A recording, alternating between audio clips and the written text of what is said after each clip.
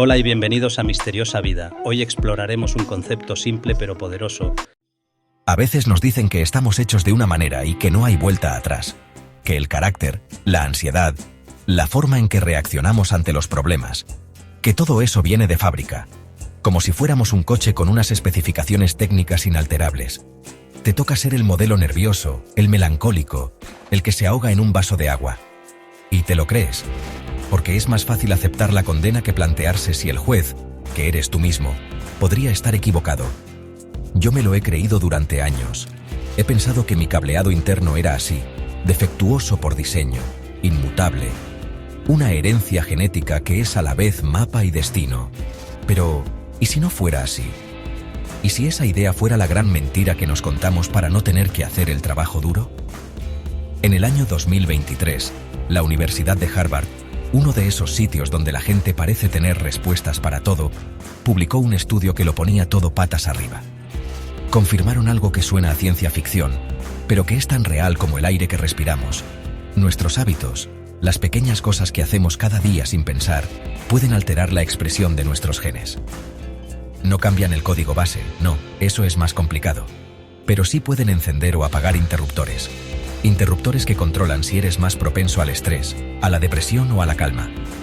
La idea es tan potente que da vértigo. Pensar que no eres solo el resultado de tu pasado, de tus padres, de tus traumas. Que eres, en gran medida, el arquitecto de tu presente y tu futuro bioquímico. Que cada decisión, por pequeña que sea, desde lo que desayunas hasta cómo gestionas un enfado, envía una orden a tu propio genoma. Es una responsabilidad enorme, casi abrumadora. Porque si esto es cierto, ya no hay excusas. Ya no puedes culpar a la genética, a la mala suerte. La pelota, de repente, está en tu tejado. Y el partido se juega cada día, cada hora, en el campo de batalla de tus rutinas. Así que aquí estamos. Con esta premisa sobre la mesa, he decidido convertir mi propio cuerpo, mi propia mente, en un laboratorio, un experimento personal y radical. 12 hábitos, uno por semana, en una carrera contrarreloj, para ver si es posible reescribir una parte de mi historia emocional. No se trata de buscar la felicidad de manual, esa de las fotos de Instagram. Se trata de algo más crudo, más real. Se trata de ver si se puede desactivar un interruptor que lleva encendido demasiado tiempo. ¿Preparado para ver si un simple hábito puede empezar a borrar 20 años de ansiedad? Porque yo, sinceramente, no lo sé. Pero vamos a descubrirlo. Y empezamos con algo que suena casi violento. Escritura vómito. El nombre no es casual. La idea, que viene respaldada por estudios de la Universidad de Texas, es sencilla en su planteamiento pero brutal en su ejecución. Cada mañana, justo al despertar, antes de que el mundo te contamine con sus notificaciones, sus ruidos y sus urgencias, te sientas con un papel y un bolígrafo. Y durante 5 minutos, sin parar, escribes. Vacías tu mente de todo lo que encuentres dentro. Sin filtros, sin gramática, sin buscar la belleza. Es un acto de catarsis neuronal pura y dura. Una forma de sacar la basura antes de que empiece a oler. Los investigadores lo llaman escritura expresiva. Dicen que al plasmar en el papel el caos que llevamos dentro, ese ruido blanco de preocupaciones, miedos y listas de tareas pendientes, liberamos recursos cognitivos. Es como tener demasiadas pestañas abiertas en el navegador del cerebro. El sistema va lento, se cuelga. Al cerrar esas pestañas de forma manual, una a una, el procesador central, o sea, tú, empieza a funcionar de una manera más fluida. No se trata de encontrar soluciones, ni de escribir un diario íntimo. Se trata, literalmente, de vomitar la maraña mental sobre la página para poder empezar el día desde un punto más cercano al cero. La promesa es enorme. Reducción de los síntomas de estrés, mejora del sistema inmune, una mayor claridad mental a lo largo del día. Suena demasiado bien para ser verdad, ¿no? Siempre desconfiamos de las soluciones que parecen tan simples. Buscamos la pastilla mágica, la terapia carísima, el gurú que nos dé una fórmula secreta. Pero, ¿y si la clave estuviera en algo tan analógico y aparentemente tan tonto como garabatear en un cuaderno durante 5 minutos? La ciencia dice que sí, que este simple acto puede empezar a recablear las respuestas emocionales de nuestro cerebro. Pero una cosa es lo que dice el papel y otra muy distinta es enfrentarse a la página en blanco a las 6 de la mañana. El reto, por tanto, es este. Durante 7 días consecutivos, sin excepción, voy a realizar este ritual. 5 minutos de reloj. Ni uno más, ni uno menos. Voy a registrar no solo lo que escribo, que es para mí y para nadie más, sino cómo me siento antes, durante y después. Mediré mis niveles de estrés percibido, mi capacidad de concentración y mi estado de ánimo general a lo largo del día. Quiero ver si este vertedero mental mañanero realmente limpia algo, o si solo es una forma más sofisticada de perder el tiempo cuando podría estar durmiendo un poco más. La teoría está clara. Ahora empieza la práctica. Y la práctica a menudo es un campo de minas. Día 1. Suena el despertador. Es de noche. Lo primero que pienso no es en la catarsis neuronal, sino en la estupidez de mi propia idea. La cama es un imán, y la libreta, al otro lado de la habitación, parece un objeto hostil. Me levanto a trompicones, me siento en la silla fría y miro el papel. La mente, que se suponía que debía ser un torbellino de pensamientos, está en blanco. Un vacío absoluto. Pasan 30 segundos, un minuto. El bolígrafo no se mueve. Empiezo a escribir sobre la propia estupidez de no tener nada que escribir, sobre el frío, sobre el sueño. Y de repente, sin saber cómo, el grifo se abre. Empiezan a salir miedos absurdos, tareas pendientes, conversaciones imaginarias. Un caos. Día 3. La novedad ha desaparecido y solo queda la disciplina o la falta de ella. Hoy casi no lo hago. Me convencí a mí mismo de que no servía para nada. Es una tontería, me dije. Pero me obligué. Y hoy el vómito ha sido especialmente agrio. Han salido a la luz frustraciones laborales, pequeñas rencillas personales que creía olvidadas. Escribir sobre ello no ha sido agradable. Ha sido incómodo, casi doloroso. Durante el resto de la mañana me he sentido raro, como si hubiera removido un lodo que estaba mejor en el fondo. ¿Es esto parte del proceso? ¿Hay que empeorar para luego mejorar? La duda es la protagonista absoluta de la jornada. Día 5. Algo ha cambiado. La resistencia a sentarme a escribir ha disminuido. Ya no es una lucha, es casi un automatismo. El acto de escribir sigue siendo caótico, pero he notado algo nuevo. A media mañana, en mitad de una reunión estresante, he sido consciente de mis pensamientos de una forma distinta. Como si pudiera verlos desde fuera en lugar de estar ahogado en ellos. Como si el ejercicio de la mañana me hubiera dado una pequeña distancia, un espacio mínimo entre el estímulo y mi reacción. No es la paz absoluta, ni mucho menos, pero es algo, una grieta de luz en la armadura de la ansiedad. Día 7. Último día del reto. Hoy la escritura ha sido fluida, casi serena. Ya no era un vómito, era más bien un río. Un caudal constante de ideas, planes y sí, también preocupaciones, pero ordenadas de otra manera. Al terminar los 5 minutos, no me he sentido vacío, sino extrañamente ligero, como si hubiera hecho una limpieza de disco duro. El hábito, que empezó como una imposición absurda y una fuente de pereza, se ha convertido en un ancla. Un pequeño ritual que ordena el caos antes de que el día tenga la oportunidad de desordenarlo todo. Ahora toca mirar los datos, ver si esta sensación subjetiva se refleja en algo tangible. Vamos a los números, que es donde la verdad suele esconderse. Antes de empezar, mi nivel de estrés percibido en una escala del 1 al 10 era un sólido 8 casi todos los días. Una ansiedad de fondo constante. Después de 7 días de escritura vómito, la media ha bajado a un 6. No es una cura milagrosa, no he levitado ni he alcanzado el nirvana. Pero es una reducción del 25%. Es pasar de un estado de alerta roja a una alerta naranja. Es significativo. Es algo que se puede medir y que se siente. La sensación de agobio por la mañana, esa bola en el estómago al pensar en el día que viene, ha disminuido notablemente.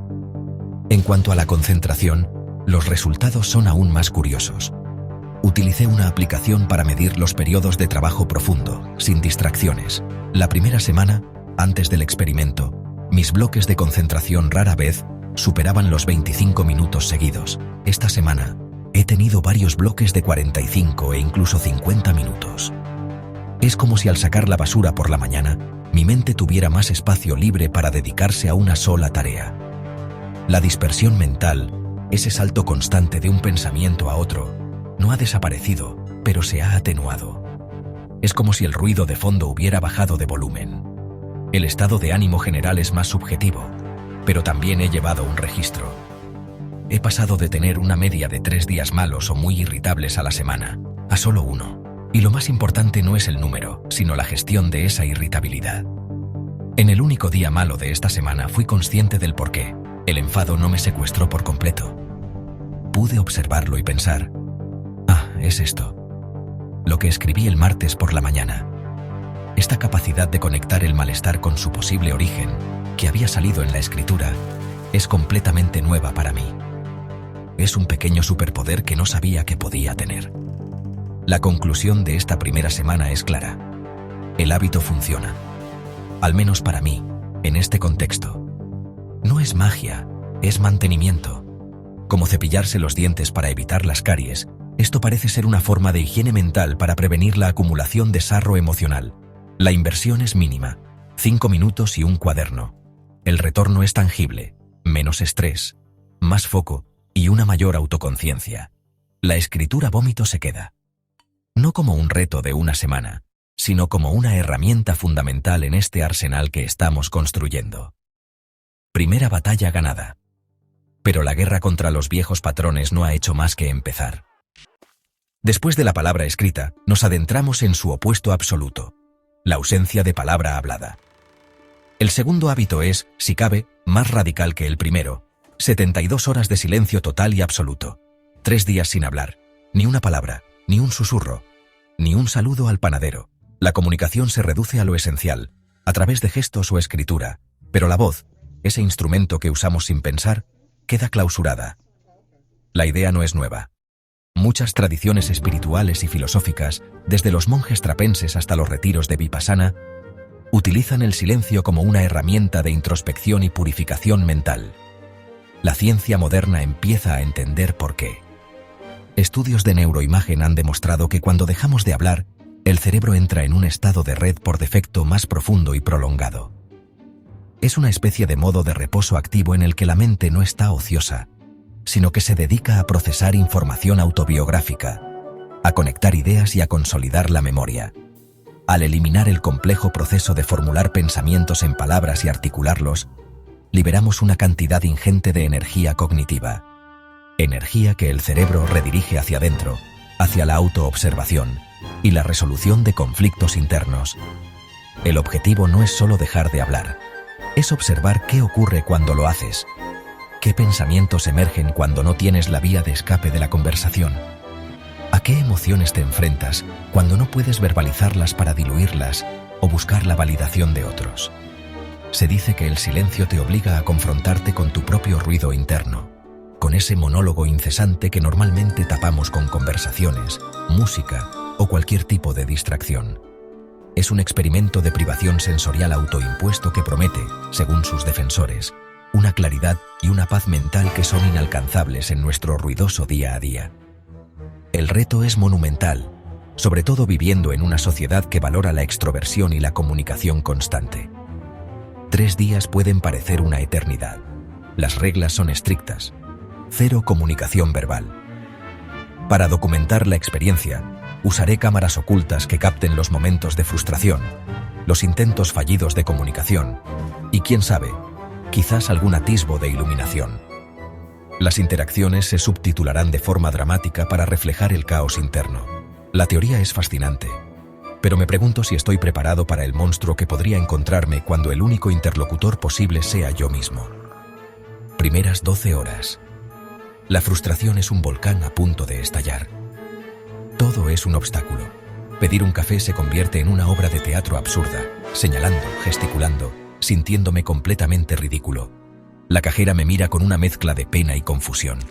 Quiero gritar, solo quiero un café con leche, pero no puedo. El impulso de hablar es físico, una tensión en la mandíbula, en la garganta. En casa, la convivencia es una pesadilla. Mi pareja me habla, y yo solo puedo asentir o negar con la cabeza. La impotencia de no poder matizar, de no poder compartir una anécdota tonta, es mucho más grande de lo que jamás hubiera imaginado. Día 2. La frustración ha mutado en una especie de melancolía. El mundo sigue girando, la gente habla, ríe, discute. Y yo soy un fantasma. un observador invisible atrapado detrás de un cristal.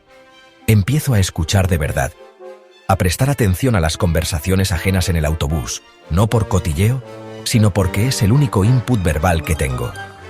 Me doy cuenta de la cantidad de palabras vacías que usamos, de automatismos, de ruido innecesario. Y al mismo tiempo, siento una soledad profunda. El silencio no es paz, es un eco que devuelve, amplificados, todos mis miedos y mis inseguridades. La ansiedad que había bajado vuelve con fuerza. Día 3. El punto de inflexión. Esta mañana me he despertado y algo era diferente. El ruido interno, esa voz crítica y ansiosa, ha bajado de volumen. No ha desaparecido, pero ya no grita. Es un murmullo. Durante el día he experimentado momentos de una calma que no recordaba. Sentado en un parque, simplemente observando, sin la necesidad de etiquetar, de comentar, de pensar qué diría si pudiera hablar. Por primera vez, el silencio ha dejado de ser una cárcel para convertirse en un refugio. La comunicación no verbal se ha vuelto más intuitiva. Una mirada, un gesto.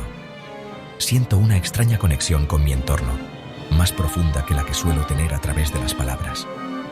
Las últimas horas del reto son una mezcla extraña. Por un lado, un deseo irrefrenable de volver a hablar, de conectar, de contar esta experiencia. Por otro, un miedo terrible a que el ruido del mundo vuelva a engullirme, a que esta paz tan frágil se rompa en 1000 pedazos en cuanto pronuncie la primera palabra. Ha sido un viaje a las profundidades de mi propia mente, un descenso a los infiernos de la frustración para luego encontrar un espacio de calma inesperado. Ahora la pregunta es, ¿qué queda de todo esto cuando se rompe el voto? ¿Es un estado que se puede mantener o solo un espejismo en el desierto del silencio? Analicemos el impacto de estas 72 horas.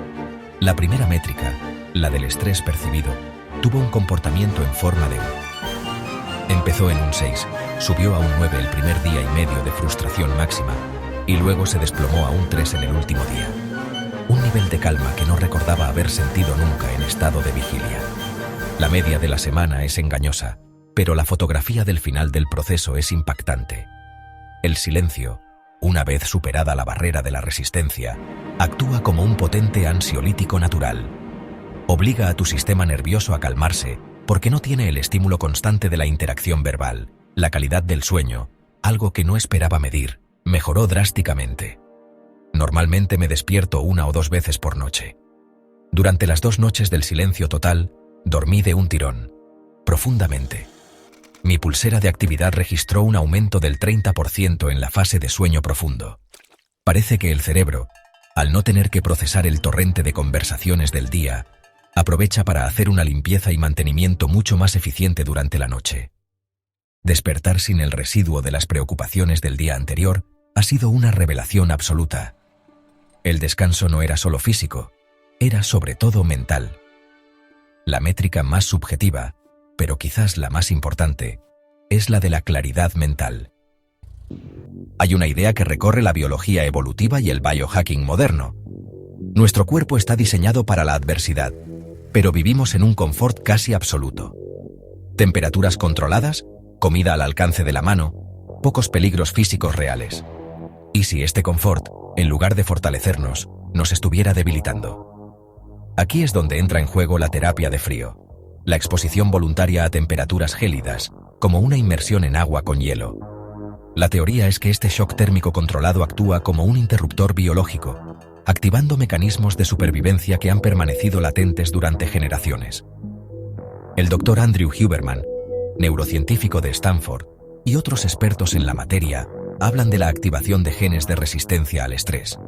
Cuando el cuerpo se sumerge en agua helada, la reacción inicial es de pánico. El corazón se acelera, la respiración se vuelve errática. Es una señal de alarma masiva. Pero si logras controlar esa respuesta, si consigues calmar la mente y regular la respiración en medio de ese caos helado, le estás enseñando a tu sistema nervioso una lección fundamental. Puedes mantener la calma bajo una presión extrema. Estás, literalmente, reconfigurando tu respuesta al estrés a nivel neurológico. Pero el proceso va más allá de la mente. A nivel fisiológico, el frío extremo provoca una vasoconstricción masiva, seguida de una vasodilatación cuando sale.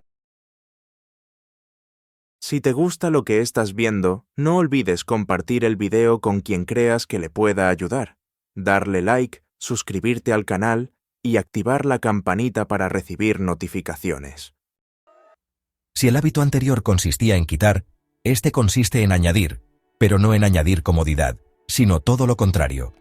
Entramos en el concepto de la microdosis de incomodidad, una idea que choca frontalmente con la cultura del bienestar y el confort a toda costa. La teoría, defendida por pensadores como Nassim Taleb, con su concepto de antifragilidad, postula que los sistemas vivos no solo resisten el estrés y la volatilidad, sino que se fortalecen con ellos.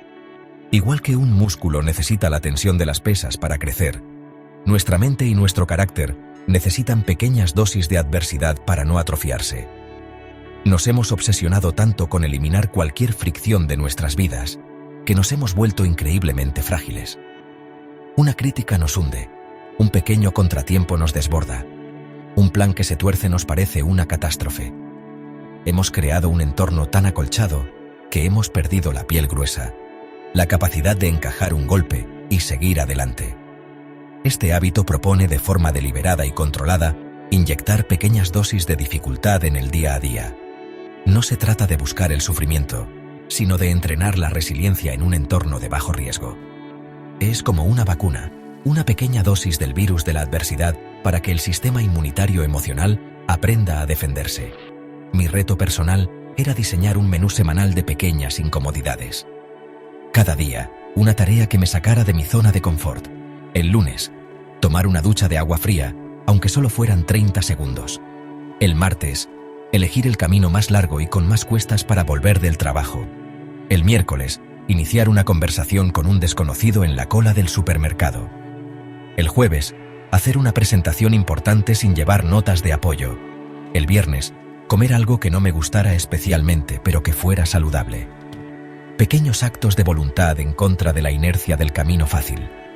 La primera ducha fría fue un shock, un grito ahogado, la piel en tensión, el cerebro gritando que parara esa locura. Pero después de esos 30 segundos infernales, al salir, sentí una oleada de energía y una extraña sensación de victoria. Había hecho algo difícil, algo que no me apetecía en absoluto, y había sobrevivido. Era una victoria pequeña, casi insignificante, pero era mía. Ese pequeño triunfo matutino establecía un tono diferente para el resto del día. Si había podido con eso, ¿qué no podría afrontar? Era la primera prueba de que el músculo de la voluntad, efectivamente, se puede entrenar con pequeños gestos. A medida que avanzaba la semana, el reto se volvía más psicológico que físico. La ducha fría ya no era una sorpresa, sino una rutina. El camino largo se convirtió en una oportunidad para escuchar un podcast completo. Pero la idea de hablar con un extraño, eso era diferente. Ahí entraba en juego el miedo al rechazo, al ridículo, a la incomodidad social. Pasé media hora en la cola del supermercado, con el corazón acelerado, ensayando frases en mi cabeza. ¿Qué tiempo hace, eh? Demasiado tópico. ¿Sabes si estas manzanas son buenas? Demasiado raro. La mente es una experta en fabricar excusas para mantenernos a salvo. Finalmente, vi a una señora mayor que miraba indecisa un bote de mermelada en el estante superior. Reuní todo mi coraje y le pregunté si necesitaba ayuda para alcanzarlo. Me miró, sonrió y me dijo que sí. Me dio las gracias. Y ya está. No hubo drama, no hubo rechazo, no hubo una situación incómoda, solo un pequeño acto de amabilidad. Pero en mi interior, la sensación era la de haber desactivado una bomba. Había cruzado una barrera invisible que yo mismo había construido. Me di cuenta de que la mayor parte del sufrimiento no estaba en el acto en sí, sino en la anticipación, en la negociación interna con el miedo. El jueves, la presentación sin notas fue otro nivel de exposición. Normalmente, me aferro a mis diapositivas como a un salvavidas. Son mi red de seguridad. Obligarme a hablar desde el conocimiento y la confianza, sin el apoyo del texto, fue aterrador. Los primeros minutos balbuceé, perdí el hilo. Sentí el sudor frío en la espalda, pero entonces ocurrió algo. Al no tener que leer, empecé a mirar a la gente a los ojos. Empecé a conectar con ellos, a adaptar mi discurso a sus reacciones. La presentación se volvió más una conversación que un monólogo. Fue imperfecta, sí, pero fue mucho más auténtica y, paradójicamente, más convincente. Las métricas de este hábito son más difíciles de cuantificar, pero no menos reales. Medí mi disposición a la acción con una simple escala del 1 al 10 al final de cada día. Empecé con un 4 y terminé la semana con un 8. La procrastinación en tareas pequeñas disminuyó notablemente. Ya no posponía esa llamada incómoda o ese correo difícil. El entrenamiento en incomodidades controladas me había dado una mayor tolerancia a la fricción en otras áreas de mi vida. Estaba aprendiendo que la incomodidad no es una señal para detenerse, sino a menudo una señal de que estás en el camino correcto, el camino del crecimiento. Al final de la semana, la perspectiva había cambiado por completo. Lo que al principio parecía una serie de torturas autoimpuestas se había convertido en un juego, un desafío diario contra mi propia pereza y mi propio miedo. La incomodidad había perdido su poder paralizante. Ya no era un enemigo a evitar a toda costa, sino una herramienta más en mi caja. Una herramienta para construir confianza, para expandir mis límites y para demostrarme a mí mismo que soy más capaz de lo que creo. Es un cambio sutil pero profundo, pasar de una mentalidad de evitación del dolor a una de búsqueda del desafío. Este hábito revela una verdad incómoda sobre la felicidad. Creemos que la felicidad reside en la ausencia de problemas, en una vida lisa y sin obstáculos. Pero quizás la verdadera satisfacción no proviene de evitar las dificultades, sino de superarlas. Hay un orgullo, una fuerza interior que solo se forja en el fuego de la adversidad, por pequeña que sea. Al exponernos voluntariamente a la incomodidad, no solo nos hacemos más fuertes, sino que también ampliamos nuestra capacidad para disfrutar del confort. El calor de la ducha se siente mucho más placentero después de 30 segundos de frío. El descanso se valora más después del esfuerzo. La lección más importante es que la zona de confort no es un lugar fijo. Es una membrana elástica. Cada vez que das un paso hacia afuera, por pequeño que sea, la membrana se estira un poco. Y lo que antes estaba fuera, en el territorio de lo incómodo o lo imposible, ahora queda dentro. La ducha fría, hablar con un desconocido, presentar sin notas, todas esas cosas que me aterraban al principio de la semana, ahora forman parte de mi nueva y ampliada zona de confort. El objetivo no es vivir permanentemente en la incomodidad, sino hacer que nuestra zona de confort sea tan grande que podamos navegar por la vida con más confianza y menos miedo. Los resultados, aunque subjetivos, son transformadores. La autoconfianza se dispara. La resiliencia ante los contratiempos cotidianos aumenta. Te conviertes en una persona que no huye de los problemas, sino que se crece ante ellos. Y todo empieza con un acto de voluntad tan simple como girar el grifo hacia el lado azul. Es la demostración de que no necesitamos grandes gestas heroicas para cambiar. A veces, el cambio más profundo empieza con la decisión consciente de elegir el camino un poco más difícil, solo para ver qué pasa. Solo para recordarnos a nosotros mismos que estamos vivos y que somos capaces de mucho más de lo que nos permitimos creer. Vivimos en la era de la gratificación instantánea. Un like, una notificación, un nuevo episodio que se reproduce automáticamente. Nuestro cerebro está constantemente bañado en pequeños chutes de dopamina, el neurotransmisor del placer y la recompensa. Nos hemos vuelto adictos a estos estímulos fáciles, rápidos y vacíos. El problema es que, como cualquier adicción, cada vez necesitamos una dosis mayor para sentir lo mismo. Y lo que es peor, hemos devaluado las recompensas que de verdad importan, aquellas que requieren esfuerzo, paciencia y dedicación. Hemos perdido la capacidad de disfrutar del proceso. La neurociencia nos advierte de que estamos quemando nuestros circuitos de recompensa. Al sobreestimularlos con gratificaciones de bajo valor, perdemos la motivación para perseguir metas a largo plazo. ¿Para qué esforzarse durante meses en un proyecto si puedes sentir un pequeño placer ahora mismo viendo un vídeo de gatos? El cerebro, en su búsqueda de eficiencia, siempre elegirá el camino más corto hacia la dopamina. Y las grandes tecnológicas lo saben. Han diseñado sus plataformas para ser máquinas tragaperras de dopamina, atrapándonos en un bucle infinito de consumo pasivo que nos deja agotados y vacíos. Este hábito propone una solución radical: crear un santuario de la dopamina. No se trata de eliminar el placer, sino de redirigirlo. La idea es sencilla: definir una única actividad, una sola, que sea la fuente principal de nuestra dopamina barata diaria. Puede ser ver una serie, jugar a un videojuego o perderse en redes sociales. Y luego, confinar esa actividad a un lugar y un momento muy específicos del día. Crear un espacio físico y temporal sagrado para nuestra adicción. Por ejemplo, solo puedo ver Netflix en el sofá del salón, de 9 a 10 de la noche. Nada más. El resto del día, la regla es clara: ayuno de dopamina fácil. Esto obliga al cerebro a buscar la recompensa en otros lugares, en actividades más significativas. Al no tener la opción del chute rápido, de repente, la satisfacción de terminar un informe, de hacer ejercicio, de aprender algo nuevo, vuelve a tener valor. Es un reseteo forzado de nuestro sistema de recompensa. Se trata de enseñarle de nuevo a nuestro cerebro a apreciar el sabor de una comida casera después de haberlo acostumbrado a la comida basura. Es un entrenamiento para recuperar el control sobre nuestros propios impulsos y, en última instancia, sobre nuestra propia motivación. Mi demonio tiene nombre y apellidos: YouTube y Twitter.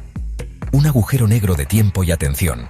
Así que establezco mi santuario, el sillón orejero del rincón, y solo de 9:30 a 10:30 de la noche. El resto del día, el móvil tiene esas aplicaciones bloqueadas. El primer día es un infierno. A media mañana, mi pulgar se mueve solo, buscando el icono azul del pájaro. Es un acto reflejo, un tic nervioso. Al no encontrarlo, siento una punzada de ansiedad real, un vacío. ¿Y ahora qué hago en este microdescanso? ¿Miro por la ventana? ¿Pienso? Se siente antinatural, incómodo. La tarde se convierte en una batalla. El cerebro, privado de su droga, busca sustitutos. Abro la nevera sin hambre. Reviso el correo electrónico compulsivamente, esperando una notificación que me dé un mínimo estímulo. Es la abstinencia en estado puro. Me siento irritable, desenfocado. Me descubro a mí mismo negociando las reglas. Bueno, un vídeo educativo en YouTube no cuenta, ¿no? Pero sé que es una trampa. La clave del santuario es su rigidez. Si cedes una vez, la presa se rompe. Aguanto, mirando el reloj, esperando la hora sagrada como un niño espera la noche de Reyes. Cuando por fin llegan las 9:30 de la noche, me siento en mi sillón como si fuera un trono. Abro las aplicaciones y el alivio es inmediato. Pero ocurre algo inesperado. Después de 20 minutos de scroll infinito me empiezo a aburrir. El contenido parece más superficial, menos interesante. Es como atiborrarse de dulces después de un ayuno. Al principio es un placer, pero enseguida empalaga. El chute de dopamina es intenso, sí, pero también es breve y deja un regusto a tiempo perdido. Por primera vez, soy consciente del poco valor nutritivo de mi droga digital. A medida que avanza la semana, el síndrome de abstinencia diurno disminuye. Empiezo a llenar esos microvacíos con otras cosas. Leo un par de páginas de un libro. Ordeno mi escritorio. Simplemente respiro. Y durante el trabajo, noto que mi capacidad para mantenerme en una tarea compleja ha mejorado.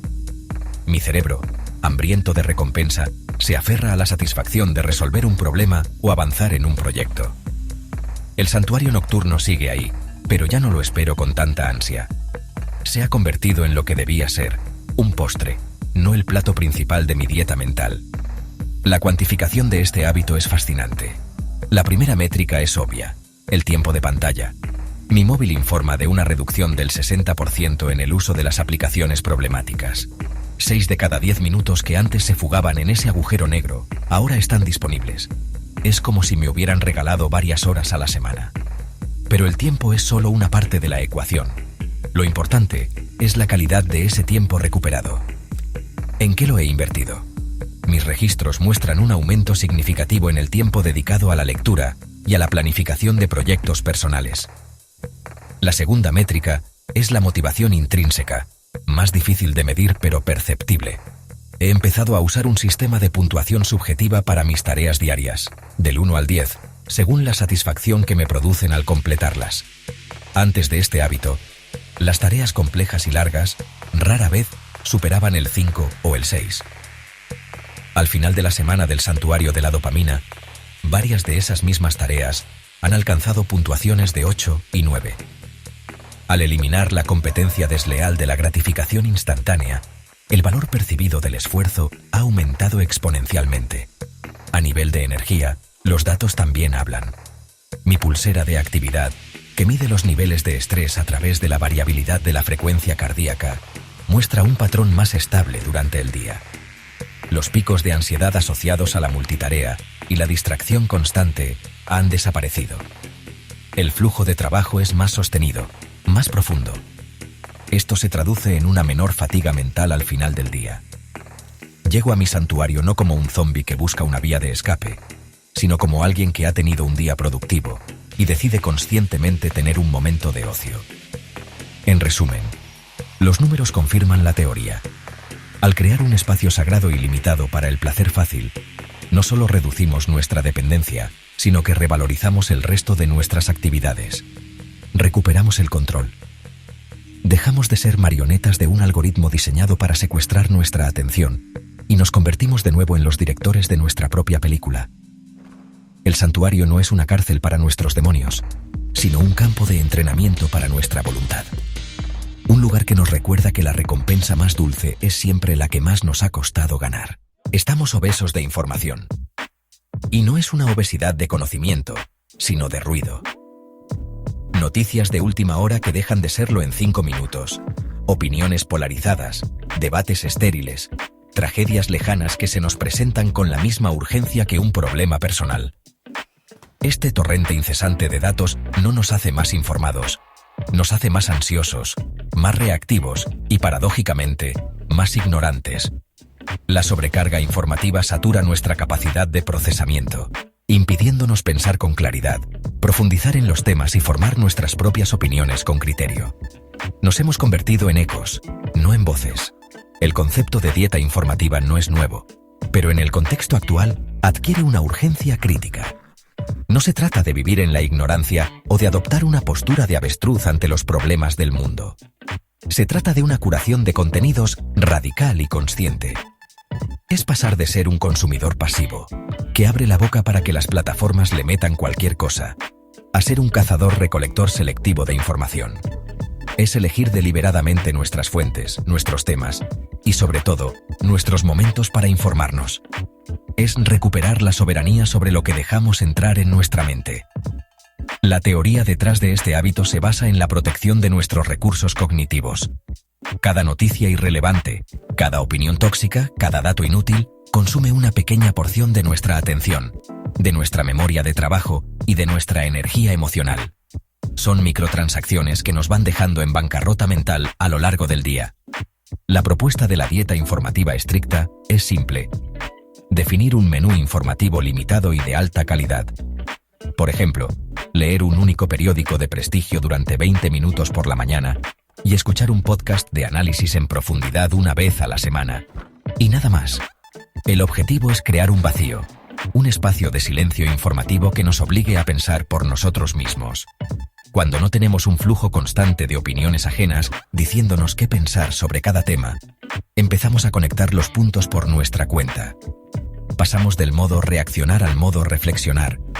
Se trata de un acto de rebeldía contra la economía de la atención. Es decirle al sistema: mi mente no es un espacio público para vuestra publicidad y vuestra propaganda. Es un templo privado, y yo soy el único que decide quién puede entrar y cuándo. Empiezo el lunes con mis nuevas reglas. 20 minutos por la mañana para leer la portada y la sección de internacional de un periódico serio. Y punto. Cuando llegas a este punto del camino, cuando ya has vaciado tu mente en un papel y has callado durante 72 horas, crees que ya lo has visto todo. Piensas que te conoces, que has llegado a una especie de cima personal, pero la realidad, como siempre, tiene otros planes. Te pone delante el penúltimo reto, uno que suena sencillo, casi infantil, pero que esconde una profundidad que te desmonta. Porque, ¿qué hay más simple y a la vez más complejo que mirarse a los ojos y sostener esa mirada? Parece una pregunta de autoayuda barata, pero cuando te obligas a hacerlo, descubres que llevas toda la vida huyendo de tu propio reflejo. Aquí la teoría no habla de grandes estudios en universidades prestigiosas, sino de algo más ancestral, más primario. Habla de la confrontación directa, sin filtros, sin escapatorias. Los expertos lo llaman práctica de autorreconocimiento especular, un nombre muy técnico para algo muy humano. Enfrentarte a ti mismo. Se basa en la idea de que evitamos el contacto visual prolongado con nuestro reflejo, porque nos obliga a confrontar nuestras inseguridades, nuestros miedos, las historias que nos contamos. Es un ejercicio de honestidad brutal. No puedes mentirle a la persona que te mira desde el otro lado del cristal, porque esa persona sabe perfectamente cuándo estás mintiendo. Y esa verdad, A veces, duele. El reto personal consistía en dedicar 10 minutos cada mañana, justo después de la escritura, a mirarme fijamente a los ojos en el espejo, sin hacer nada más, sin juzgar, sin analizar, solo estar presente. Los primeros días fueron una tortura. Mi mente se rebelaba, buscaba cualquier distracción, una mota de polvo en el espejo, un pelo fuera de sitio, el sonido de un coche en la calle. Era una batalla constante por mantener la concentración, por no desviar la mirada. Sentía una vergüenza extraña, como si estuviera invadiendo la intimidad de un desconocido, aunque ese desconocido, paradójicamente, era yo mismo. La primera semana fue un desastre en cuanto a métricas de serenidad. Mi pulso se aceleraba en lugar de calmarse. Mis niveles de ansiedad, medidos con el sensor, daban picos inexplicables en esos 10 minutos. Era como someterse a un interrogatorio voluntario cada mañana. Me di cuenta de que no me gustaba lo que veía. No la imagen física, sino la carga que transmitía esa mirada, el cansancio, la autoexigencia, la tristeza oculta.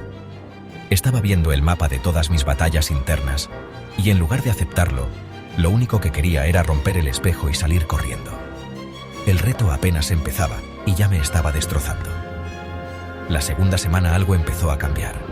La resistencia inicial, esa lucha interna por escapar, comenzó a ceder. Fue un proceso lento, casi imperceptible. Ya no buscaba distracciones con tanta desesperación. Empecé a sostener la mirada durante más tiempo, superando la barrera del minuto, luego de los 2 minutos. Y en ese silencio, en esa quietud forzada, comenzaron a aflorar cosas. No eran pensamientos articulados, sino más bien sensaciones, emociones puras que subían desde el estómago hasta la garganta. La vergüenza dio paso a una profunda melancolía. Me vi como un niño, luego como un adolescente lleno de dudas, después como el adulto que intentaba mantenerlo todo bajo control. Fue en el ecuador de esta segunda semana cuando ocurrió la primera grieta real en la coraza. Mientras me miraba, sin motivo aparente, empecé a llorar. No era un llanto de tristeza, sino de compasión. Por primera vez en mi vida, sentí compasión por esa persona del espejo, por todo lo que había pasado, por todas las veces que se había juzgado con dureza, por todas las expectativas que no había cumplido. Fue como si 2 partes de mí, el juez implacable y el acusado perpetuo, firmaran por fin una tregua. Y fue liberador. Entendí que este hábito no trataba de gustarte, sino de aceptarte, de reconocerte. El blog de esos días es crudo. No hay poses, no hay guión. Solo estoy yo, frente a la cámara, con los ojos hinchados, intentando explicar algo que apenas entiendo. Hablo de cómo esa mirada en el espejo se convirtió en un portal. Un portal a recuerdos que creía olvidados, a conversaciones pendientes, a perdones que nunca me había concedido. La cámara lo capta todo, la voz quebrada, las pausas largas, la vulnerabilidad expuesta. Es, probablemente, el material más íntimo de todo este viaje, porque no estoy hablando de un hábito, estoy hablando del reencuentro con el extraño que vivía dentro de mí. Las métricas de esa semana reflejaron este terremoto emocional. Mis patrones de sueño se volvieron irregulares, con picos de sueño REM muy intensos, casi como si mi cerebro estuviera procesando una cantidad ingente de información emocional durante la noche. La variabilidad de la frecuencia cardíaca, un indicador de resiliencia al estrés, empezó a mejorar notablemente hacia el final de la semana. Era como si, al permitirme sentir y liberar esas emociones bloqueadas durante el día, mi sistema nervioso por fin pudiera descansar y repararse de verdad durante la noche. Estaba rompiendo el cristal, pero no el del espejo, sino uno mucho más antiguo que llevaba dentro. La tercera semana fue la de la calma después de la tormenta. La práctica de los 10 minutos frente al espejo dejó de ser una obligación para convertirse en un refugio. Ya no sentía incomodidad, sino una extraña sensación de familiaridad, de volver a casa. La mirada que me devolvía el espejo ya no era la de un extraño o un enemigo, sino la de un cómplice, la de un viejo amigo que lo sabe todo de ti, y a pesar de todo, sigue ahí. Empecé a sonreír. Al principio era una sonrisa tímida, casi una mueca, pero poco a poco se fue volviendo más genuina. Me sonreía a mí mismo, y ese simple gesto tenía una potencia que jamás habría imaginado. Este cambio se tradujo en una transformación visible en mi día a día. La gente a mi alrededor empezó a notarlo. Comentarios como "te veo más tranquilo" o "pareces más seguro" se hicieron frecuentes. Y era cierto. La necesidad de validación externa, esa búsqueda constante de aprobación que todos padecemos en mayor o menor medida, empezó a disminuir. Porque la aprobación más importante, la más difícil de conseguir, me la estaba dando yo mismo cada mañana. Descubrí que cuando te reconcilias con tu propio reflejo, dejas de buscarte en la mirada de los demás. Es una independencia emocional que te ancla, que te da un centro de gravedad. El reto terminó, pero el hábito se quedó. Ya no necesito el cronómetro. Algunas mañanas son solo 30 segundos, una mirada de reconocimiento y complicidad. Otras, si lo necesito, me quedo más tiempo. Se ha convertido en un punto de anclaje, un recordatorio diario de quién soy y de dónde vengo. Es mi forma de decirme: te veo, sé por lo que estás pasando, y estoy contigo. Es el diálogo más importante del día, y no necesito pronunciar ni una sola palabra para tenerlo. Es una conversación de alma a alma, mediada por un simple trozo de cristal. Los resultados finales de este hábito fueron sorprendentes. Los cuestionarios de autoevaluación mostraron un incremento del 45% en la autoaceptación y una reducción del 30% en los pensamientos autocríticos. Pero más allá de los números, el cambio cualitativo fue lo más impactante. Pasé de la evasión a la confrontación, de la confrontación al perdón y del perdón a la reconciliación. Este penúltimo hábito no era sobre fuerza de voluntad o disciplina, era sobre rendición. Rendirse a la simple y poderosa verdad de ser quien eres, con todas tus luces y todas tus sombras. Y en esa rendición, encontré una fuerza que no sabía que poseía. Y así llegamos al final, al último hábito, la prueba definitiva. Si los 11 anteriores habían sido un viaje hacia el interior de la mente y las emociones, este era un asalto directo al cuerpo, a la biología más primitiva, la terapia de frío, inmersión en hielo. Suena a locura, a un reto viral de internet sin más fundamento.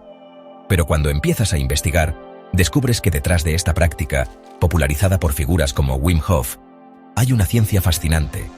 Hablamos de la hormesis, el principio que dice que un poco de estrés agudo y controlado puede hacer que tu sistema se vuelva más fuerte, más resiliente. La teoría es contundente.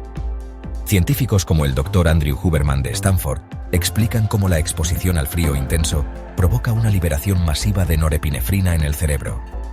Esto no solo te despierta de golpe, sino que mejora el estado de ánimo, el enfoque y la atención de una forma sostenida.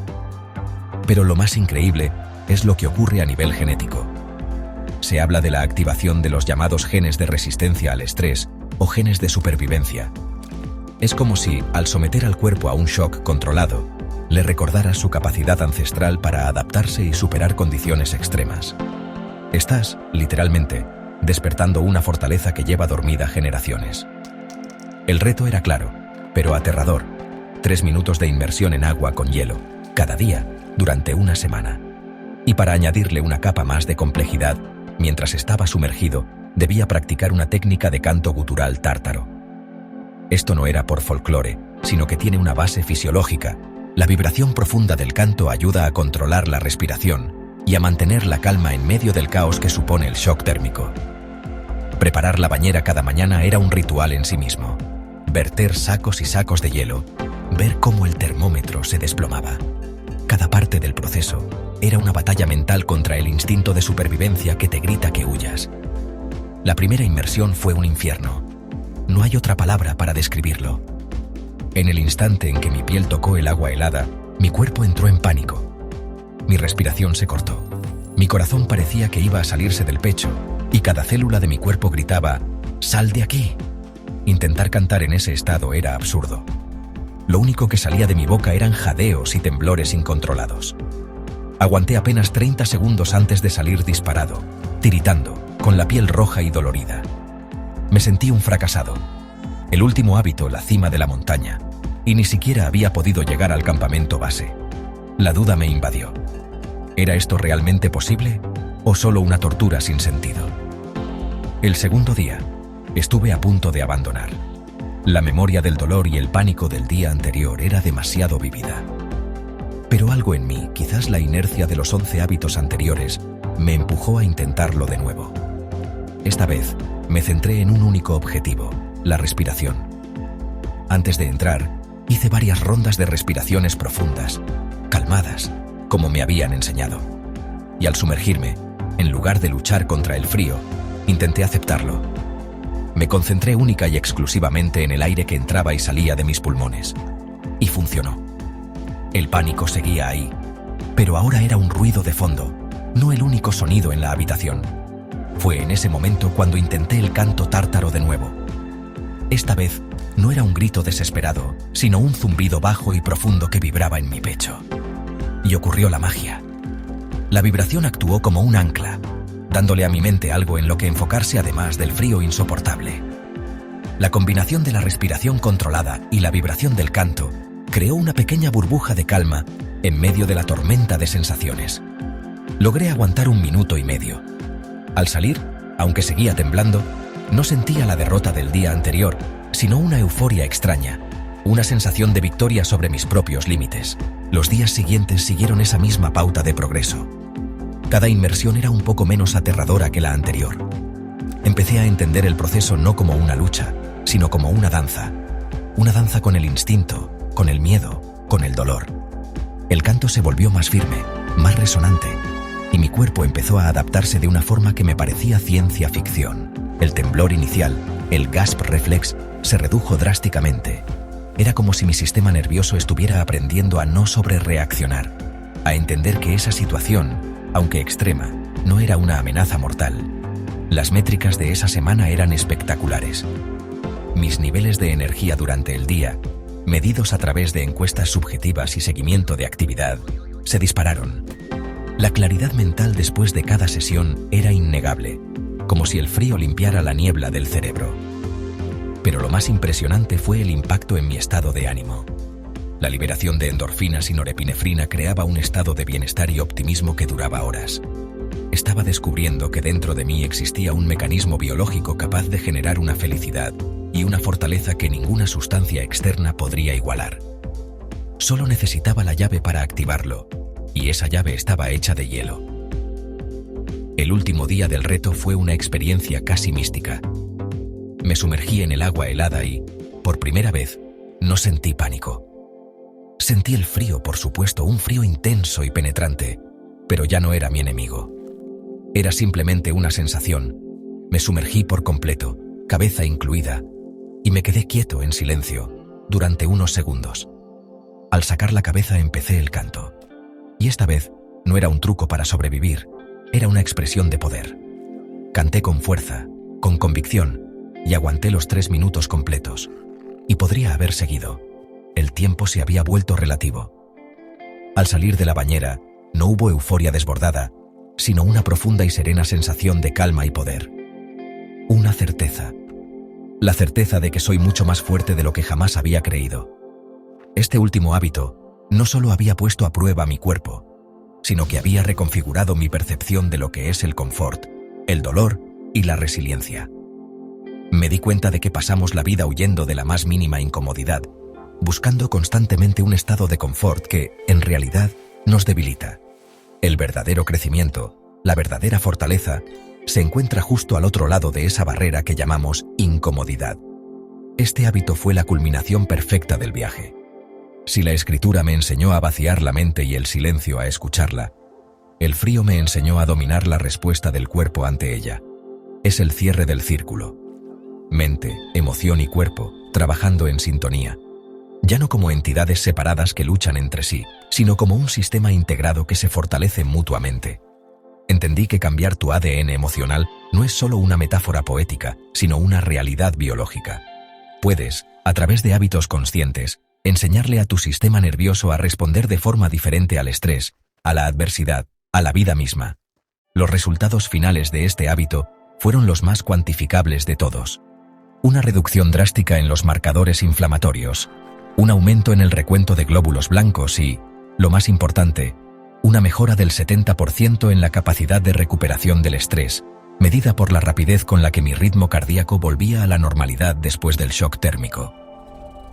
Pero más allá de los datos, me quedo con la sensación de haber tocado un interruptor interno que activa una versión de mí mismo más fuerte, más calmada y más capaz. Una versión forjada literalmente en el frío. 12 semanas, 12 hábitos, Un viaje que empezó como un experimento y terminó siendo una refundación personal. Los números fríos y objetivos cuentan una parte de la historia. Una reducción del 62% en mis niveles de cortisol matutino, el marcador del estrés. Un aumento del 89% en la creatividad, medido a través de pruebas de pensamiento divergente. Y quizás lo más revelador, un incremento del 120% en las horas de sueño profundo. Dormir como no lo hacía desde niño. Los datos son claros, pero no pueden capturar la esencia del cambio. La verdadera transformación no está en las gráficas, sino en los momentos de quiebre y revelación. Como ese día, durante el hábito de la escritura vómito, el número 4. Lloré durante 3 días seguidos. No entendía por qué, hasta que en una de esas páginas manchadas de tinta y lágrimas, escribí una frase sobre mi padre, y lo entendí. No estaba liberando pensamientos, estaba liberando su voz de mi cabeza, ese eco de exigencia y juicio que llevaba dentro desde niño. Ese hábito no me hizo más fuerte, me hizo más libre. Y esa libertad no se puede medir en porcentajes. Es el verdadero cambio en el ADN emocional. Para entender mejor este proceso, hemos contado con la ayuda de un experto, un psicólogo que ha analizado los datos, las bitácoras, el material grabado. Su conclusión es clara. Este viaje demuestra que la neuroplasticidad no es un concepto teórico, sino una herramienta práctica. Hemos demostrado que es posible, a través de la disciplina y la confrontación honesta, reescribir las respuestas automáticas de nuestro sistema límbico. No se trata de eliminar las emociones, sino de aprender a gestionarlas, dejar de ser esclavos. Si esta reflexión te ha gustado, no olvides darle like, suscribirte y activar la campanita para recibir notificaciones de Misteriosa Vida. Nos vemos en el próximo video.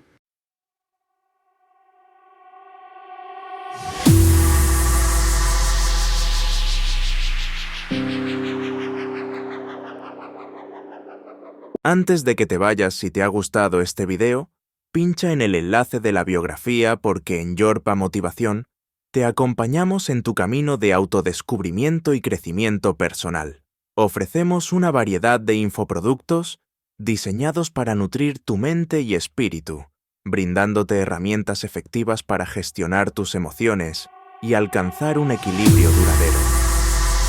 Desde cursos hasta guías y ebooks, cada recurso está creado para ayudarte a vivir una vida más plena, enfocada en el bienestar integral.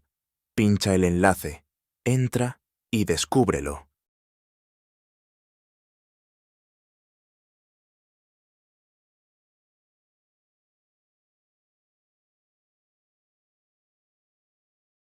Antes de que te vayas, si te ha gustado este video, pincha en el enlace de la biografía, porque en el canal de Misteriosa Vida de Yorpa Motivación te acompañamos en tu camino de autodescubrimiento y crecimiento personal, brindándote herramientas efectivas para gestionar tus emociones y alcanzar un equilibrio duradero.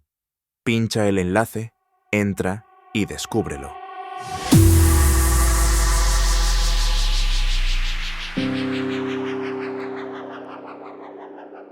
Antes de que te vayas, si te ha gustado este video, pincha en el enlace de la biografía porque en Yorpa Motivación te acompañamos en tu camino de autodescubrimiento y crecimiento personal. Ofrecemos una variedad de infoproductos diseñados para nutrir tu mente y espíritu, brindándote herramientas efectivas para gestionar tus emociones y alcanzar un equilibrio duradero. Desde cursos hasta guías y ebooks, cada recurso está creado para ayudarte a vivir una vida más plena, enfocada en el bienestar integral. Pincha el enlace, entra y descúbrelo.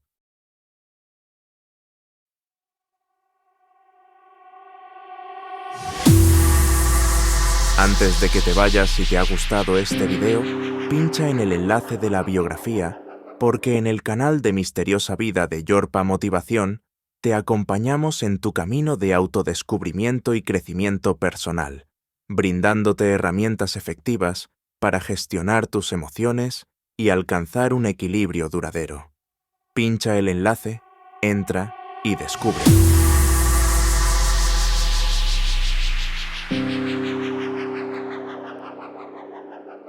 Antes de que te vayas, si te ha gustado este video, pincha en el enlace de la biografía porque en Yorpa Motivación Te acompañamos en tu camino de autodescubrimiento y crecimiento personal. Ofrecemos una variedad de infoproductos diseñados para nutrir tu mente y espíritu, brindándote herramientas efectivas para gestionar tus emociones y alcanzar un equilibrio duradero. Desde cursos hasta guías y ebooks, cada recurso está creado para ayudarte a vivir una vida más plena, enfocada en el bienestar integral. Pincha el enlace, entra y descúbrelo.